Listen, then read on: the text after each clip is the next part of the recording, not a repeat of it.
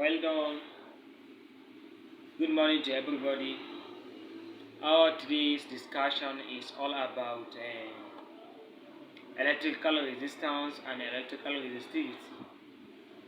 Here we are. Before we start, let us explain what is electrical resistance. Electrical resistance, also known as electrical resistance or ohmic resistance, is the opposition of the flow of current. It is a property of any material to oppose the flow of charges following through it. When voltage is applied to that conductor or across that conductor, it pushes the current follow through that conductor, which is directly proportional, to that voltage that apply that voltage that apply to the conductor, which is in the mathematically things you say V is proportionality I, which is if you make V as a subject formula, take proportionality constant, you get V is equal to Ri. Then the resistance donated by R is the constant of proportionality between voltage and the current. Means that R is a constant proportionality. Means that since V is proportional to the I, then the constant of proportionality is being a resistance, which is R. That is V is equal to Ri.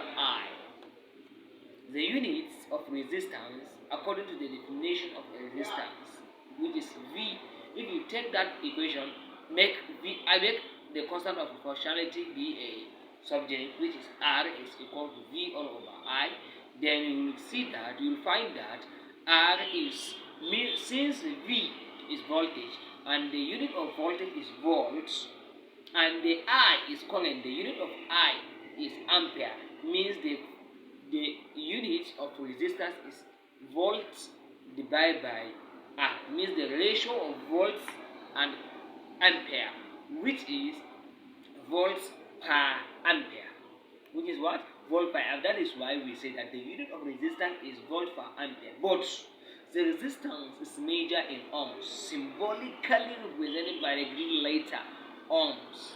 It is named ohm after a Greek physician, God Samuel Ohms, who discovered the law of relation between a voltage and the current in terms of electricity.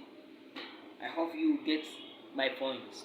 A resistance of 1 ohms is defined as a conductor is said to have a resistance of 1 ohm if it allows 1 amp of current when potential difference, which is a voltage of 1 volt, has been applied to that conductor, that is to across that conductor that apply the potential difference, which is a voltage.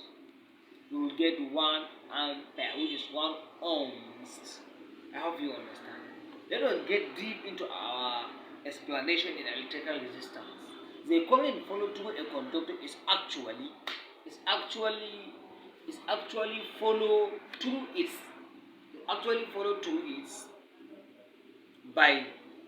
by knowing that the resistance is the opposition to the charge follow. The conductor is made of particles that vibrate at its natural frequency. When we apply potential difference, or when I apply voltage across that conductor, the charges follow through it in certain direction. It's slightly with a vibrating particle, and also lose some energy in the form of heat or decreases their momentum. This collision of charges limits the amount of current being passed, just like a mechanical friction that opposes the motion. An electrical resistance opposes the motion of charges, which is a current. I hope you get my points.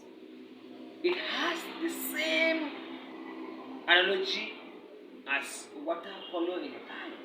If you know water follow in a pipe to a tank, they have the same analogy. If the pipe is longer, the water flow become slower based on the diameter of the pipe. Having larger diameter allow more water to follow through it compared to the pipe having a smaller diameter. But similarly, in a conductor, if we increase the length, if we increase the length of the conductor, the number of charges collision increase and its motion is further reduced. Also, a large diameter conductor offer a less resistance, while a smaller diameter conductor has a higher resistance due to a smaller area for charge, causing it difficulty for freely follow through it. But now, but now, resistance of materials, resistance of materials, which is, if you look at, as we have discussed earlier, the resistance of material is a variable quantity that depends on a length and weight of a conductor materials. We can derive an equation for resistance. As we already know, the resistance R is directly proportional to the length L of a conductor and inversely proportional to the area of the conductor. If you look at, as you look at in this place, as you see, if you look at our system like this, you see it here,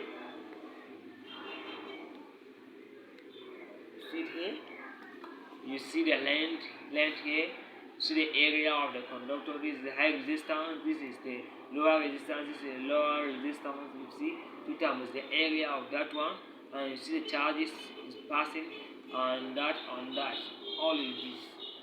You understand what I'm showing you? That now where the constants, if you look at the, if you understand our equation, we say that R is equal to the resistivity multiplied by the length by the ratio of the area. A means that the resistivity, it has a constant value known as the resistivity of the material, and it depends on the natural properties of the material.